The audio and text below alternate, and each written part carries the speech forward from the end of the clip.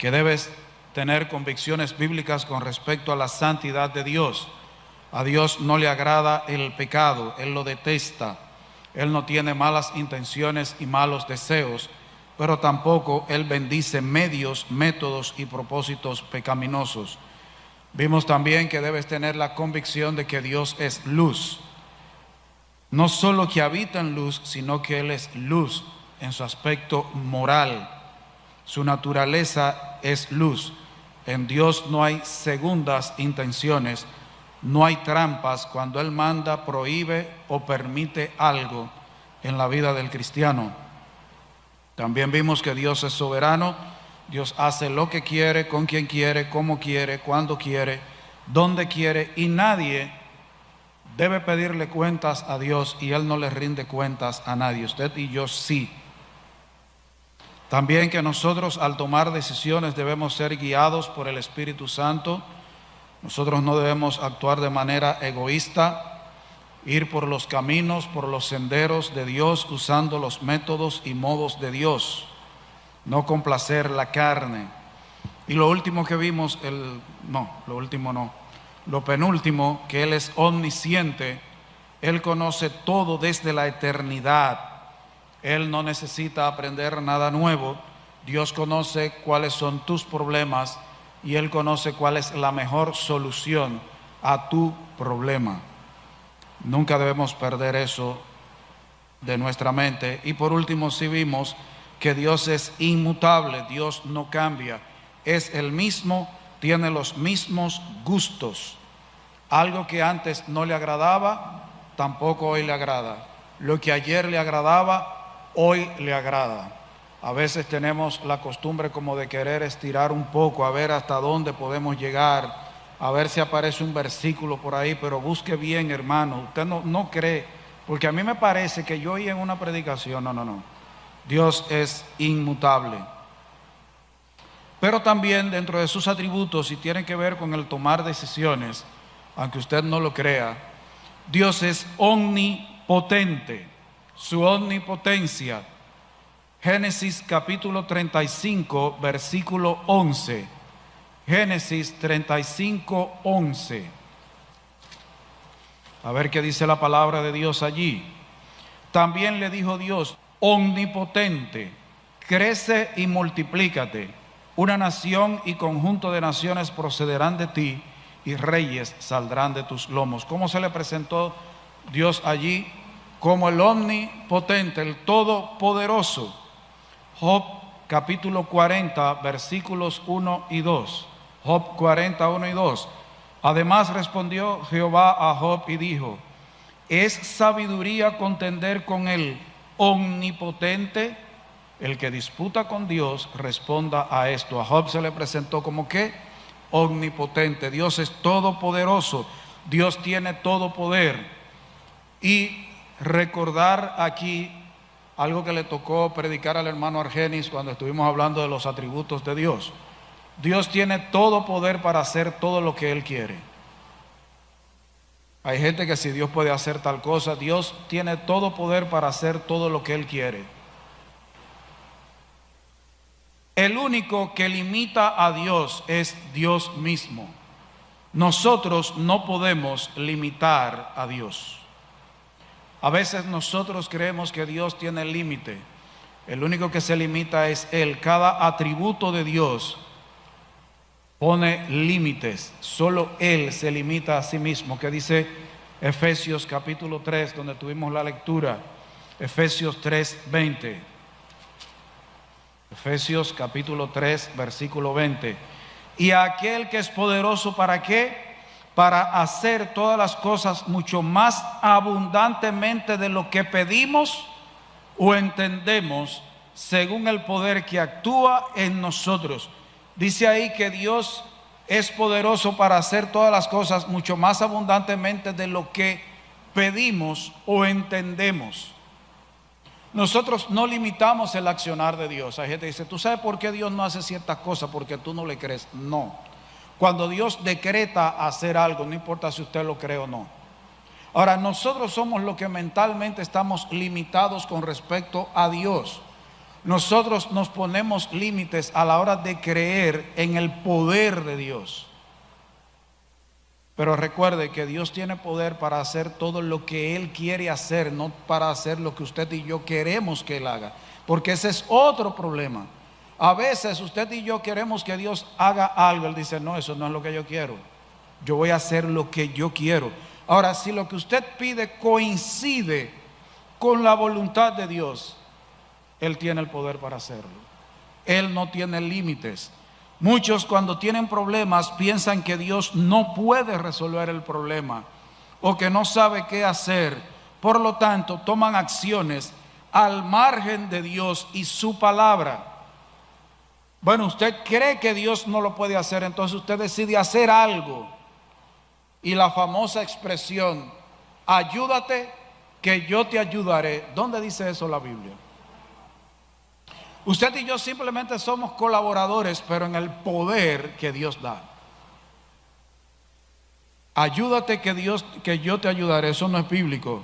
Eso ha conllevado a que metamos muchísimo la pata. De hecho, para mí preparar este mensaje ha sido un tremendo problema. Porque en mis 41 años de ser evangélico he metido demasiado la pata. Me he equivocado demasiado. Pero eso de ayúdate que yo te ayudaré no está en la Biblia. Dios puede impedir que algún problema llegue a ti, pero si no lo hizo, no fue porque no pudo, fue porque no quiso impedirlo, para glorificarse y darte alguna lección espiritual, para continuar formando tu carácter. Él sabía del problema que iba a llegar a tu vida y Él pudo haberlo impedido. Él no quiso. Él no quiso. Hermanos, este asunto de la omnipotencia de Dios también lleva a que hay mucha gente que dice que es cristiana que vive amargada y gente que vive todo el tiempo deprimida y dicen que son cristianos, porque el problema es que ellos quieren que Dios haga lo que ellos quieren, o ellos dudan de que Dios puede hacer, que Dios puede obrar, y entonces hay que darle una manita a Dios. Eso no le recuerda a un profeta que le decía a los profetas, hablen duro que se está durmiendo. No, Dios no duerme. Dios no duerme. Y nosotros nunca le vamos a dar una ayuda a Dios. Trabajamos junto con Dios cuando hacemos su voluntad. Junto con Dios. Él es omnipotente. Toma tus decisiones creyendo que Él puede hacer lo que Él dice en su palabra, que es su voluntad. Pero también, hermanos, usted debe tomar decisiones bíblicas estando plenamente convencido en su corazón que Dios te ama. Dios te ama, que dice Romanos capítulo 8, versículos 35 al 39. Dice, sí, yo lo sé, yo me sé esa porción de memoria. Pero a la hora de tomar decisiones la ponemos en duda. Romanos 8, 35 a 39, que dice la palabra de Dios. ¿Quién nos separará del amor de Cristo? ¿Tribulación o angustia o persecución o hambre o desnudez o peligro o espada? Como está escrito, por causa de ti somos muertos todo el tiempo, somos contados como ovejas de matadero. Antes, en todas estas cosas somos más que vencedores por medio de aquel que nos amó. El mundo dice lo contrario. Por lo cual estoy seguro de que ni la muerte, ni la vida, ni ángeles, ni principados, ni potestades, ni lo presente, ni lo porvenir, ni lo alto, ni lo profundo, ni ninguna otra cosa creada nos podrá separar del amor de Dios que es en Cristo Jesús, Señor nuestro. ¿Hay algo o alguien que pueda hacer que Dios no te ame o que te ame menos? Oiga, ni usted puede hacer que Dios no le ame. Usted no puede impedir que Dios le ame. Su amor no depende de tus circunstancias. Ese es el grave problema, que a veces cuando vienen las aflicciones, cuando vienen las circunstancias difíciles, entonces creemos que es porque Dios nos ama menos. Pero que cuando vienen circunstancias o situaciones que a nosotros nos agradan, tú ves, ahí sí Dios me está amando. La mayor muestra de amor la tuvo Dios al enviar a Cristo a padecer en tu lugar en la cruz del Calvario. La mayor muestra de amor no es de una madre por sus hijos. Eso es desde el punto de vista humano, la gente dice así. Pero hay mujeres que abandonan a sus hijos. Dios no abandona a nadie. Dios no abandona a sus hijos. Él envió a Cristo a morir en tu lugar, en mi lugar, en la cruz del Calvario, cuando aún éramos impíos. Entonces, ¿tú crees que Dios mostró amor por ti siendo tú impío y ahora que eres su hijo? No. Eso es increíble. Que dice Primera de Juan, capítulo 4, versículos 10 y 11. Primera epístola del apóstol Juan, capítulo 4, versículos 10 y 11.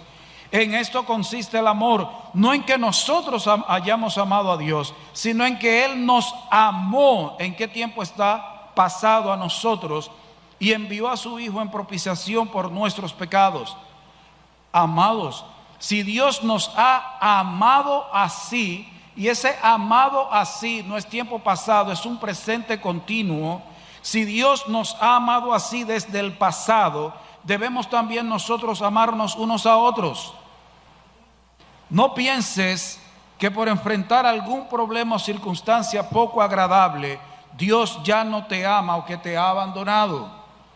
Quizás Dios te está mostrando precisamente cuán poco tú crees y confías en Él y lo poco que le conoces.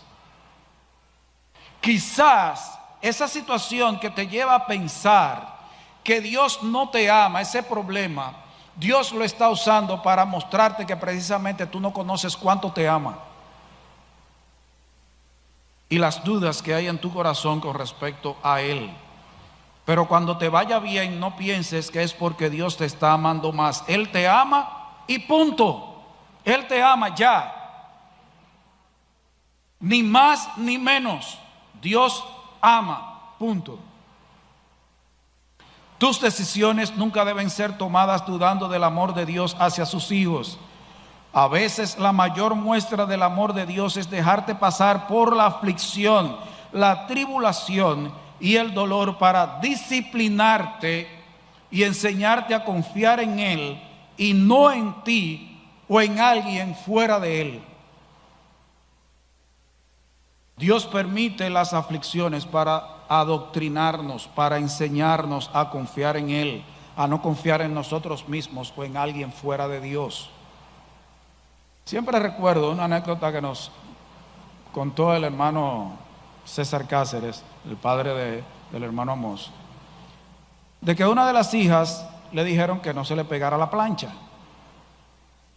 Y ella se seguía pegando de la plancha y quería pegarle un dedo a la plancha y el hermano César le decía, despégate de la plancha que eso quema. Hasta que llegó un momento que le dijo, ¿tú quieres toparle a la plancha? Ven, y él le agarró la mano y entonces ella la lava. No, pero tú se la quieres pegar, ¿no? Tú dices, wow, qué método. Sí, ¿verdad? Tú quieres toparle a la plancha, ven. Él no le iba a pegar los dedos de la plancha, pero sí para que ella aprendiera a estarse tranquila. Tú quieres estar neciando. A veces nosotros queremos forzar con Dios. Dice, bueno, tú quieres hacer eso. Una afliccioncita ahí para que aprendas a confiar en mí. Y eso es mi muestra de amor. ¿Sabe por qué? Cuando Dios nos enseña, nos está preparando para situaciones que vienen en el futuro, para transformar nuestro carácter, pero para otras situaciones que pueden venir más adelante, mayores que esas. Cuando tengas que tomar decisiones, debes tener la convicción bíblica de que todo pensamiento debe ser llevado cautivo a Cristo. Y hermano, esto es interesantísimo. Por algunas razones, y los hermanos que aconsejan, los hermanos que discipulan, deben estar pendientes de esta situación. El propósito de la predicación, el propósito de la educación cristiana, el propósito del discipulado es llevar todo pensamiento cautivo a la obediencia a Cristo. ¿Qué dice segunda a los Corintios capítulo 10, versículos 4 y 5? Segunda a los Corintios 10, versículos 4 y 5. Porque las armas de nuestra milicia no son carnales, sino poderosas en Dios para la destrucción de fortalezas, derribando argumentos y toda altivez que se levanta contra el conocimiento de Dios, y llevando cautivo todo pensamiento a la obediencia a Cristo. Muchos consejeros, muchos maestros cristianos piensan que lo importante es que la persona cambie de conducta.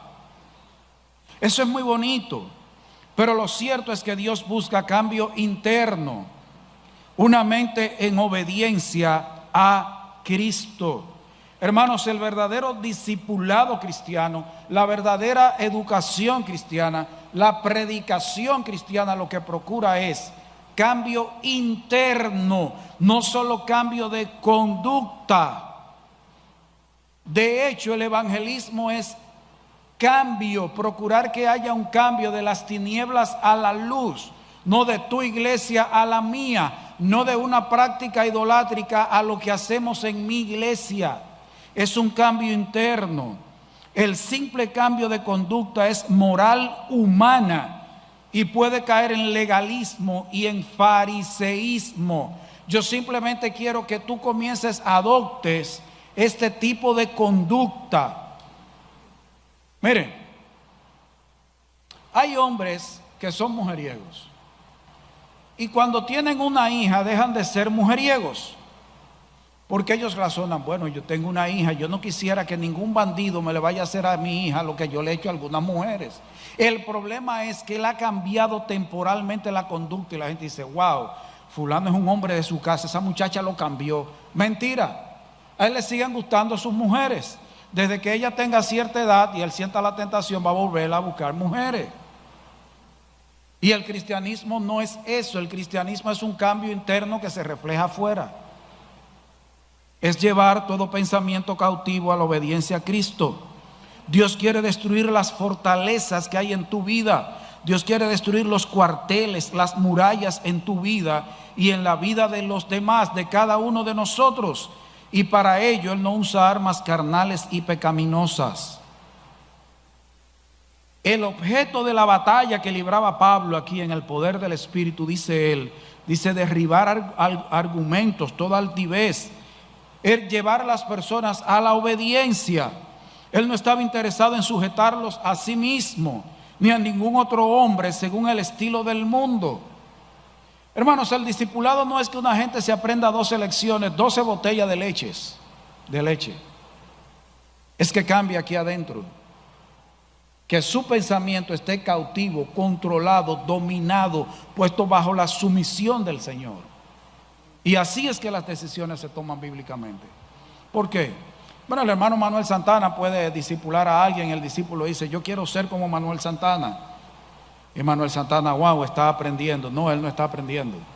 Él lo está imitando. Y parece bonito. La Biblia dice, sed imitadores de mí, así como yo de Cristo.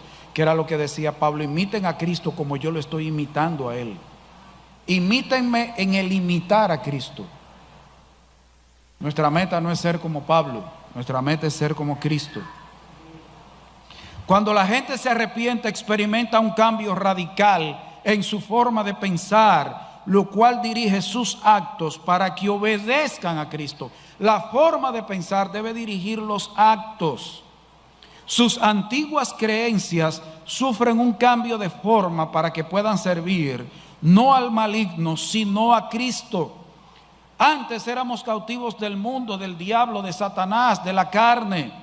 Pero estos cautivos juran lealtad, no a Pablo, no al pastor de la iglesia, sino a Jesús, jefe absoluto de las fuerzas armadas del cielo.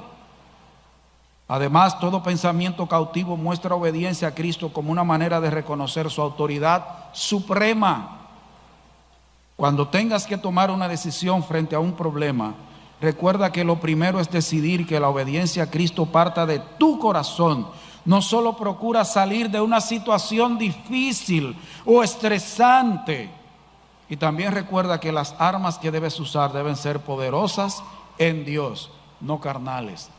Hermanos, el cambio debe ser interno en el corazón. El mundo tiene una metodología. ¿Qué le enseña el mundo a la gente? Bueno, tú amaneciste triste. Párate frente a un espejo, esboza una sonrisa y di, yo me siento alegre, yo me siento alegre y tú verás que al poco rato te estás riendo. No, lleva tu pensamiento cautivo a Cristo, llénate de la palabra de Dios, para que confíes en el Señor, en su poder y estés sometido al Señor, y ahí cambia tu conducta. Dios obra de adentro hacia afuera. Y al tomar decisiones bíblicamente con respecto a todo lo relacionado con Dios y su carácter, debes entender que todo debe ser hecho para su gloria. Primera a los Corintios 10:31. Primera a los Corintios capítulo 10 versículo 31. Si pues coméis o bebéis o hacéis otra cosa, hacedlo todo para la gloria de Dios. La gloria de Dios es el brillo, la majestad de Dios, la grandeza de Dios. Colosenses 3:17. Colosenses 3:17.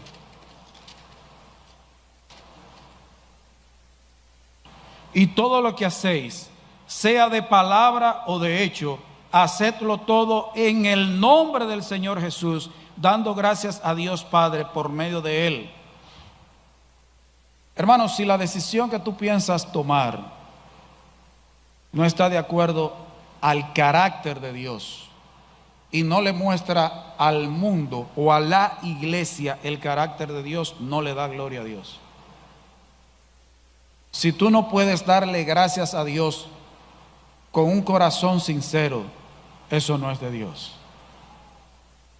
Si algo no muestra un atributo de Dios, no le da gloria a Dios. Lo que le da gloria a Dios no es lo que la gente dice amén.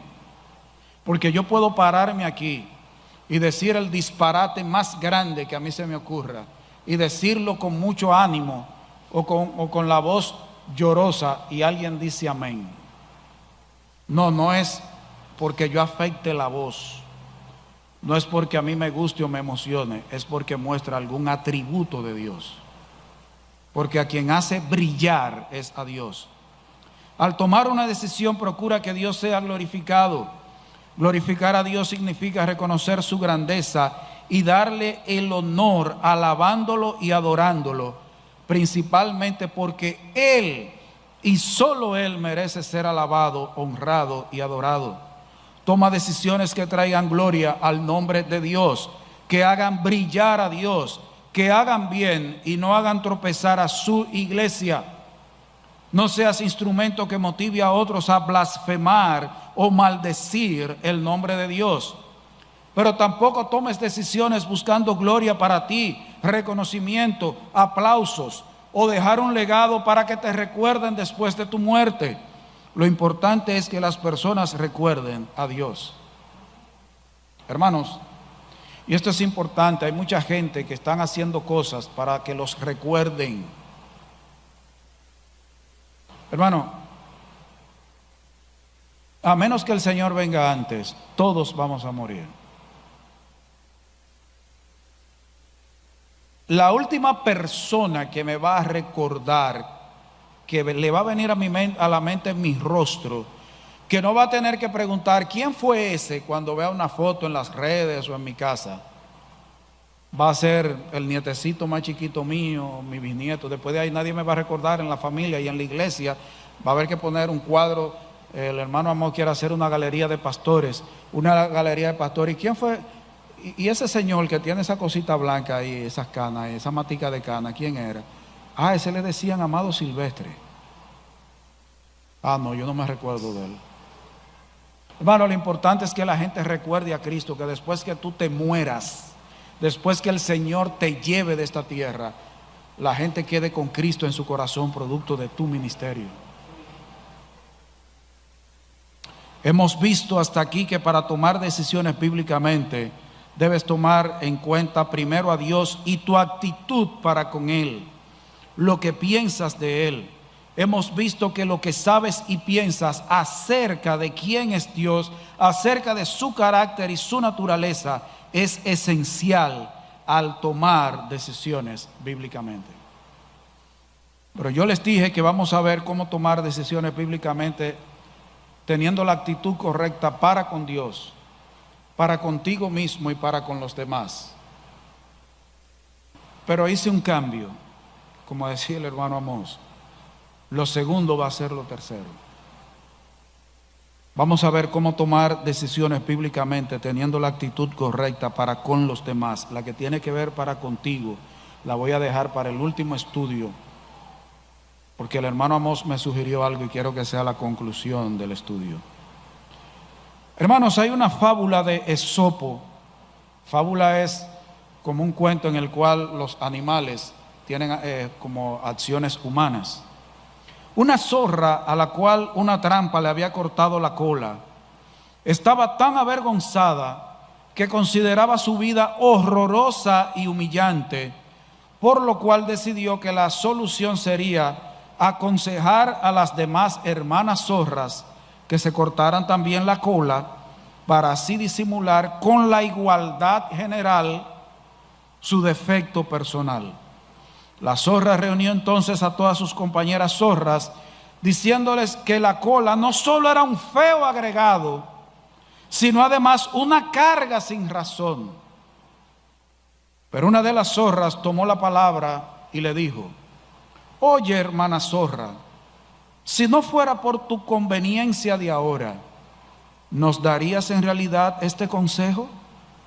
Eso no le recuerda a la igualdad de género. Yo no tengo cola. Todas las zorras deben cortarse la cola. El lugar, la importancia y la influencia que le asignas a otras personas y a sus opiniones en tu vida también influyen en tus decisiones. Por eso, al tomar decisiones bíblicamente, recuerda de los demás que su corazón es engañoso y perverso. Jeremías 17:9. Nosotros nos olvidamos de eso. Jeremías 17:9.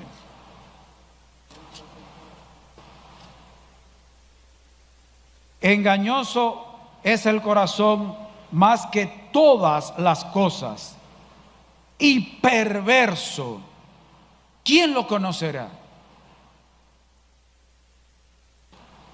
Mi hermano, eso se aplica al tuyo, aunque del tuyo yo voy a hablar después. Pero en tu relación con los demás a la hora de tomar decisiones, recuerda que el corazón de los seres humanos es engañoso y perverso. Y eso incluye los de tu familia, tus amigos, tus conocidos, tus compañeros de trabajo. Cada ser humano tiene un corazón engañoso y perverso. Gracias a Dios que en su soberanía Él no nos deja hacer todo el mal que nosotros pensamos hacer. Siendo honesto, hermano, siendo honesta, hermana, si Dios te permitiera hacer todo el mal que tú has pensado hacer, ¿cuál sería el último ser humano que quedaría en la tierra? Tú. Matarías a todos los demás. Saldrías de todo el mundo. De hecho, eso es lo que quieren hacer con los niños que están en el vientre, lo que quieren hacer con los ancianos, es salir de ellos. Porque el corazón humano es engañoso y perverso. Todo ser humano es pecador y tiene un corazón engañoso, torcido, perverso y enfermo. Engañoso, uno de sus significados es torcido. Y en hebreo la palabra que se traduce perverso también significa enfermo. La humanidad tiene un corazón engañoso, torcido, perverso, enfermo. No te dejes engañar por la apariencia, por la amistad, por la familiaridad, por la autoridad que la persona puede tener en ti, por el conocimiento, por el carisma de los demás. Persona muy carismática. De hecho, hermanos,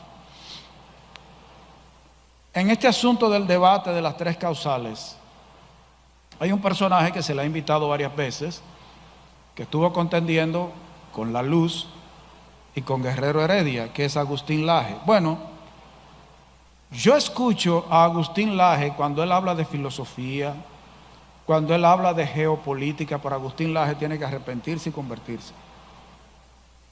Yo lo escucho. Él tiene la razón cuando está en contra del aborto. Y cuando él habla de los planes que hay en el mundo y todo eso, yo lo escucho. Pero en los asuntos que tienen que ver con la moral y lo espiritual, yo no lo escucho porque él es impío. Porque hay gente que cree que Agustín Laje es cristiano. De hecho, él reconoció que no ha leído la Biblia. ¿Qué dice Jeremías 20:12? Oh Jehová de los ejércitos, que pruebas a los justos, que ve los pensamientos y el corazón, vea yo tu venganza de ellos, porque a ti he encomendado mi causa. Hermano, usted y yo no conocemos el corazón de los demás, lo que está pensando cuando nos da un consejo, las razones. Solo Dios conoce los pensamientos y las intenciones de los demás. Tú no. Ten cuidado con el consejo que te dan los demás. Todo consejo, recuerde, yo le dije la semana pasada que todo consejero debe estar basado en el consejo de Dios. Todo el que es un orientador, todo el que es, como dicen, un formador de conducta, tiene que hablar conforme al consejo de Dios. Ten cuidado con los consejos que te dan los seres humanos. Tienen un corazón engañoso y perverso. Aún el hombre que te gusta o la mujer que te gusta, que te atrae, tiene un corazón engañoso y perverso. De hecho, tú y yo tenemos una nueva creación en nosotros. El pecado sigue presente en ti y en mí.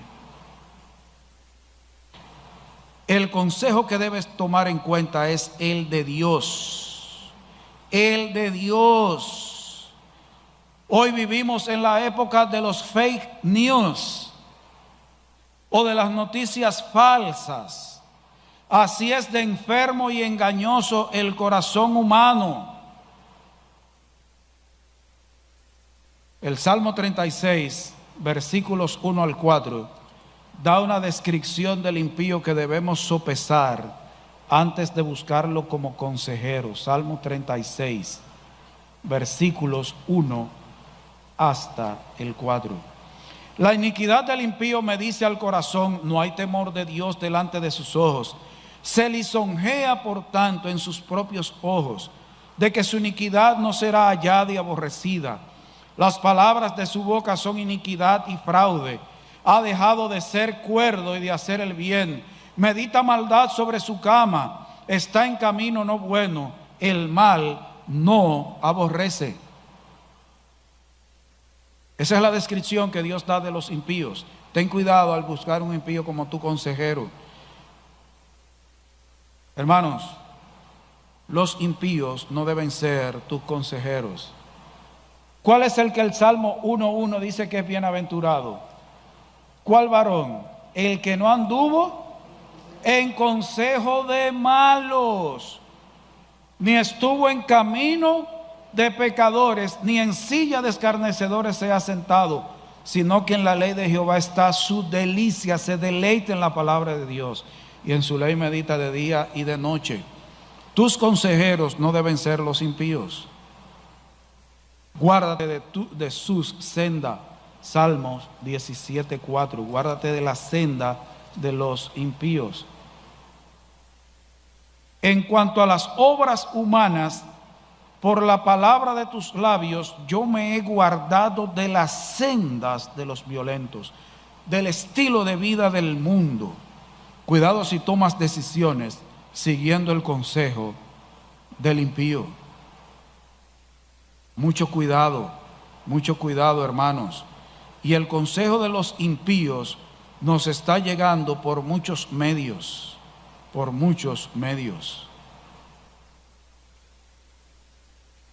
No sigas el camino de los impíos. Tiene un corazón engañoso y perverso, enfermo.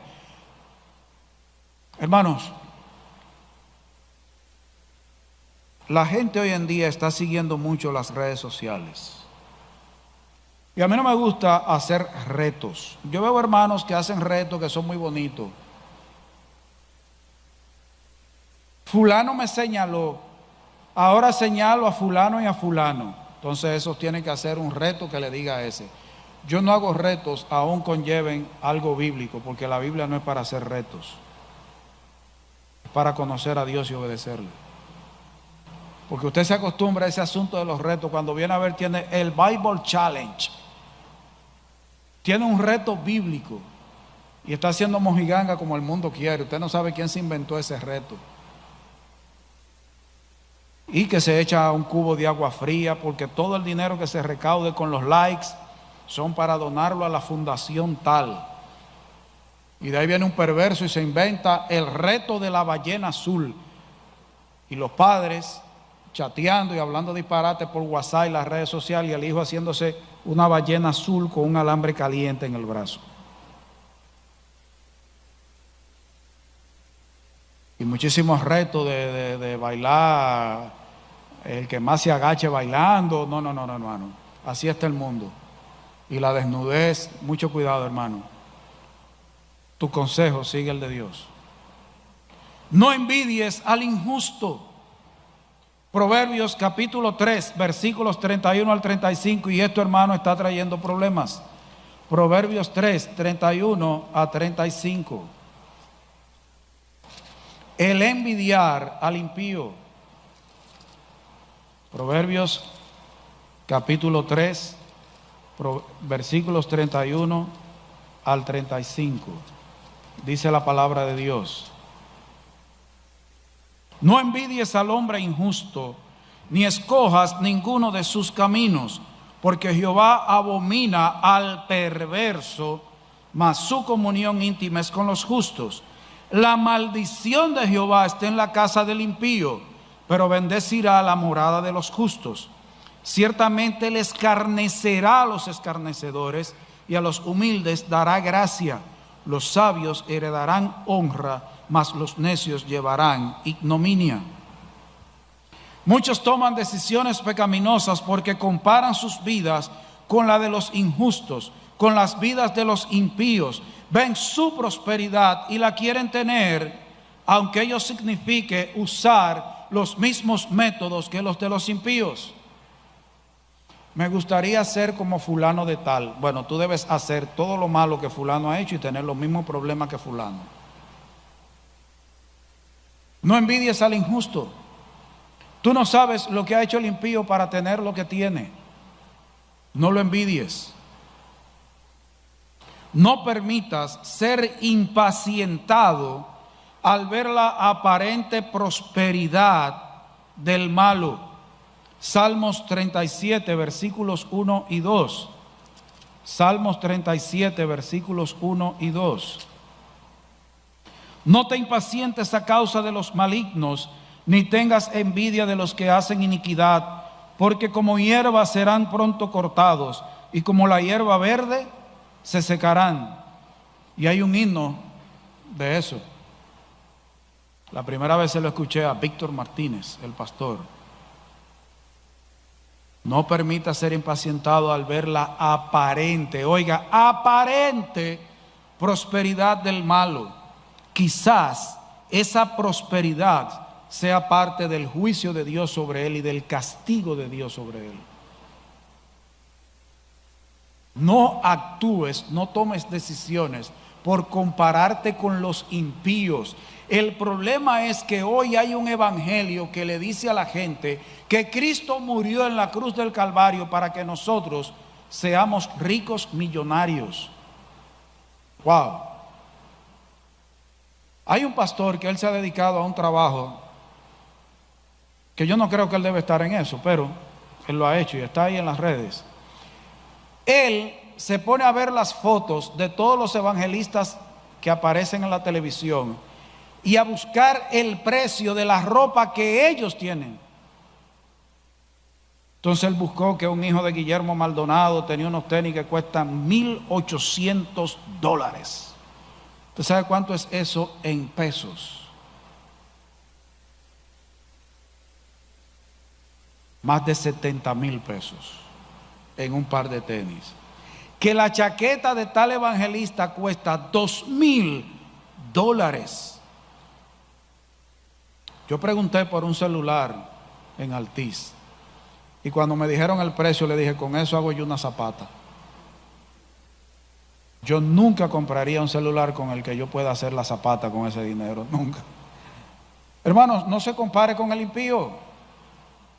Los métodos del impío son no santos la mayoría de las veces. Recuerde lo que yo le dije, se la buscan como un toro. El cristiano no se la busca como un toro, sino como un hijo de Dios, con los métodos de Dios. No envidies al impío. Y algo muy importante, no te enyugues con incrédulos. Segunda a los Corintios 6:14, que la gente tiene un error con este versículo. Segunda a los Corintios 6:14. No os unáis en yugo desigual con los incrédulos, porque ¿qué compañerismo tiene la justicia con la injusticia? ¿Y qué comunión la luz con las tinieblas? Hay cristianos que creen que este versículo solo se refiere al matrimonio. No, dice ahí que no te enyugues con el incrédulo. Eso no tiene que ver solo con el matrimonio.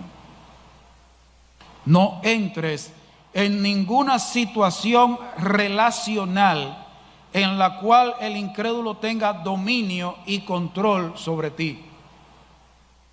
Que tú estés obligado, estés obligada y bajo compromiso con un incrédulo. Nunca hagas un trato con un incrédulo en el cual tú quedes amarrado con el incrédulo en los términos del incrédulo. No se una en yugo desigual con el incrédulo. Hermano, ¿qué pasa si usted pone un yugo de un toro con un burro? ¿Cuál tiene más fuerzas de los dos? El toro tiene más fuerza que un burro. Y más si son los toros que usa el SEA gana. Por más fuerza que tenga un burro, hermano, no, con un toro, lo arrastra. Con el perdón, hermanos, en ese yugo usted y yo seríamos el burro. Pero no debemos serlo, hermano. El incrédulo es el toro. Es el toro. El verdadero cristiano procura glorificar a Dios, pero el incrédulo procura glorificarse o glorificar las cosas del mundo. Hermanos, en una sociedad con un incrédulo, ¿qué es lo que debe procurar el creyente con su negocio, con la actividad que él quiere hacer? Glorificar a Dios. ¿Usted cree que el incrédulo quiere glorificar a Dios? El incrédulo quiere glorificarse él o glorificar las cosas del mundo. Tienen dos propósitos diferentes y tienen estilos. Y hermanos, aunque usted no lo crea, en el tiempo en que usted no lo crea, si usted le es fiel a Dios, van a tener problemas. Pero tiene problemas uno haciendo negocio con creyentes. Ahora imagínense un cristiano y un impío. Wow. El peligro radica en la posibilidad de desviarse de su lealtad al Evangelio a través de una íntima y profunda unión con los no creyentes. Tanto Jesús como Pablo reconocieron la imposibilidad de una disociación total con el mundo. Hermanos, es imposible que usted y yo no tengamos relación con los incrédulos. Tenemos familiares incrédulos, tenemos amigos incrédulos. En la aplicación más amplia de este concepto de no os unáis en yugo desigual con los incrédulos, cualquier acción que cause que un creyente se comprometa con el mundo en pensamiento o acción debe ser evitada. El yugo es cualquier participación que cause a los cristianos olvidar que son miembros del santo pueblo de Dios. Nunca tomes una decisión que te lleve a ser controlado y estar bajo autoridad del incrédulo. No, vas a salir perdiendo. Si has de buscar consejo, busca consejo de los justos, de los santos. ¿Qué dice Proverbios capítulo 12? Versículos 5 y 6. Vergüenza que un viejo dando show. Y lo extiendo a una vieja dando show. Eso es digno de lástima. Eso da a veces ganas de llorar, da vergüenza ajena. Busca consejo de justos.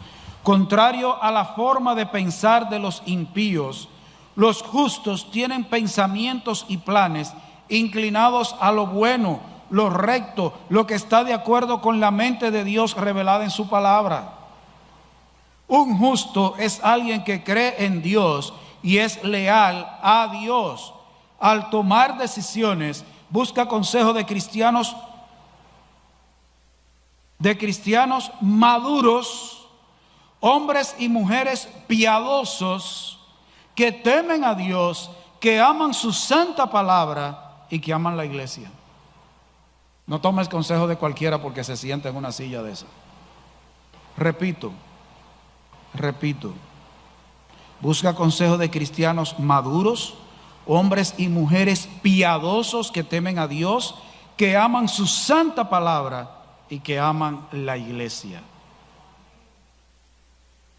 Si ya debe buscar a alguien que te aconseje, busca cristianos así, porque en las iglesias aparece de todo. Al tomar decisiones bíblicas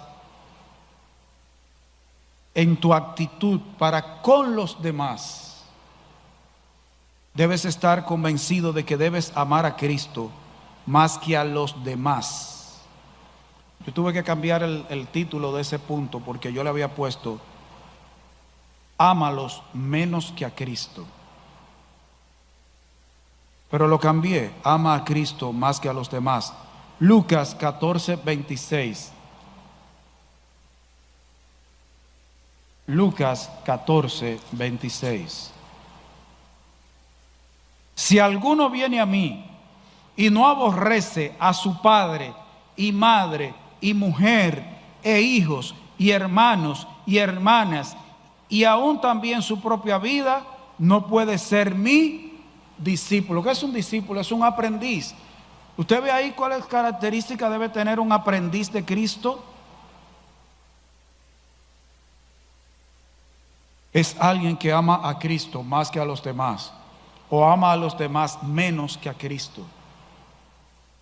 Aborrecerlos aquí significa amarlos menos que a Cristo. Eso es lo que significa aborrecer. El término en griego es amar menos. Es amar tanto a Cristo que parezca que no amas a los demás, y de hecho los demás te lo van a echar en cara y van a decir que tú eres de los cristianos RT. ¿Tú sabes lo que es un cristiano RT? Un cristiano rajatabla, que es el cristiano que no transige en su afecto con Cristo. Al tomar decisiones, recuerda que tu amor por Cristo debe ser tal que puedas contradecir a los incrédulos, que no temas decir no en algún momento. Siempre tengo que recordar a César Cáceres porque fue parte terminé de formarme con él aquí. Él decía, es difícil decir no, pero debes aprender a decir no. Nos lo dijo en el seminario y en sus predicaciones. Es preferible tomar una decisión que ofenda a otros y no que por complacer al mundo tomes una decisión que ofenda a Cristo. Creo que es MacArthur que dice que no ofendas temer al mundo, porque el mundo vive ofendiendo a Dios todos los días. Si la verdad ofende, va a ofender aunque tú no quieras. Obra conforme a la verdad. Toma tus decisiones amando más a Cristo que a los demás. De hecho, nosotros estamos en una guerra.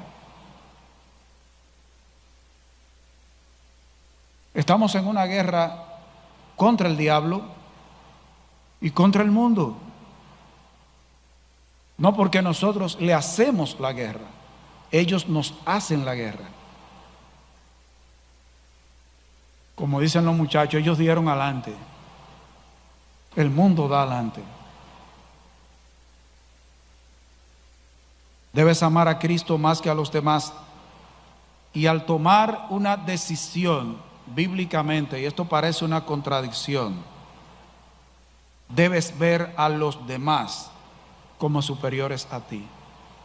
Pero ven acá, pero dice que yo debo amar más a Cristo que a los demás, o amar tanto a Cristo que parece que aborrezco a los demás. Y ahora tú me estás diciendo que yo debo ver a los demás como superiores a mí. Parece una contradicción que dice Filipenses 2:3. Y por hoy lo voy a dejar ahí. Filipenses 2:3.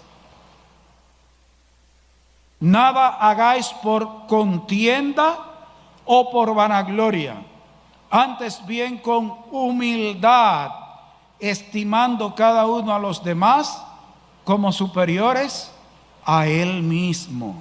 Wow, extraño eso, ¿verdad? Al tomar una decisión bíblicamente, debes hacerlo considerando que los demás son más excelentes que tú. Eso es lo que significa como superiores a ti mismo, que los demás son más excelentes que tú. Tomar la decisión como que el otro es superior a ti. Eso es contrario a la naturaleza humana, que le gusta ver que tú eres más excelente, que tú eres el superior, que tú eres el que debe brillar, el que debe llevarse siempre el mérito, el que debe decir la última palabra, aunque meta la pata, pero no me quede callado.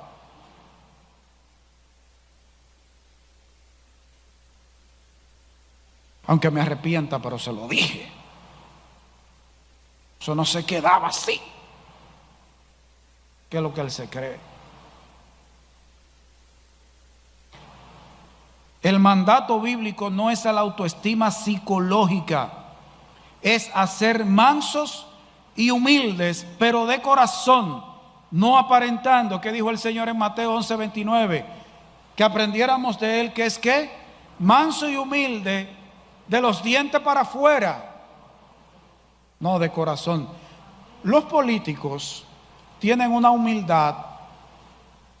Oiga, qué humildes son los políticos, que usted le pregunta a un político, dígame, ¿y usted qué piensa hacer? Bueno, nosotros... Porque el político dice, yo no puedo decir yo, tengo que decir nosotros. Verdugo, esto no es un problema gramatical, esto es un problema del corazón. La humildad no es que tú sustituyas el pronombre personal yo por nosotros, porque eres tú solo. Te están preguntando a ti, usa yo, que la humildad no está. Ahora, si usted usa yo a cada rato, usted tiene el síndrome del yo-yo. Eso es otra cosa. Muchos cristianos contradicen a Dios a diario por seguir filosofías humanistas que ensalzan al ser humano. Cuidado si tu ego guía tus decisiones. Cuidado si es tu ego, es tu yo, ahí sí hay problema. Debes ver a los demás como superiores a ti. El asunto es que hoy hay muchos cristianos, y eso yo creo que deben revisar su corazón. El asunto no es vengarse. El cristiano no se desquita. Mía es la venganza, dice el Señor. Haced bien a los que os persiguen, a los que te maltratan, a los que te ultrajan. Eso es contrario a tu naturaleza, eso es contrario a mi naturaleza caída, pero eso es lo que Dios dice que hagamos. Óigame, nunca un ser humano, un cristiano, muestra más su parecido a Cristo que cuando hace bien a otros. Hermano, ¿tú sabes lo que es Cristo siendo Dios? Se vino a rebajar aquí aproximadamente 33 años. Aguantándole disparates al diablo, aguantándole tonterías a los demonios, aguantándole disparates y estupideces a los seres humanos, dejando temporalmente su gloria para venir a parecerse a ti y a mí. Y tú y yo nos creemos que somos grandes.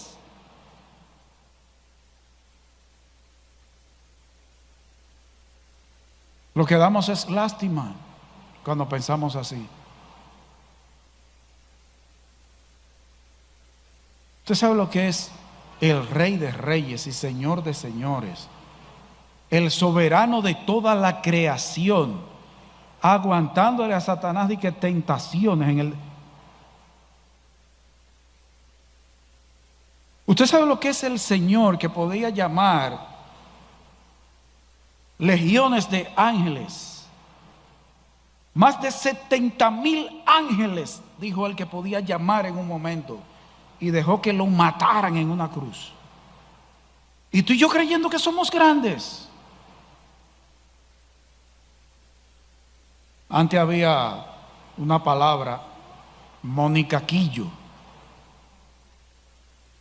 y la famosa palabra miñarra, que ya no se usa. O sea, una miñarra era una cosita, una miñarra de hombre. Y tú y yo hermanos, debemos ver a los demás como superiores a nosotros mismos a la hora de tomar decisiones, para que no tomemos decisiones guiadas por nuestro ego, por nuestro yo, sino por la humildad. La próxima semana, si el Señor no ha venido antes, si ha venido antes, no me espere, venga usted solo. Vamos a terminar este punto de la actitud suya y mía con respecto a los demás a la hora de tomar decisiones.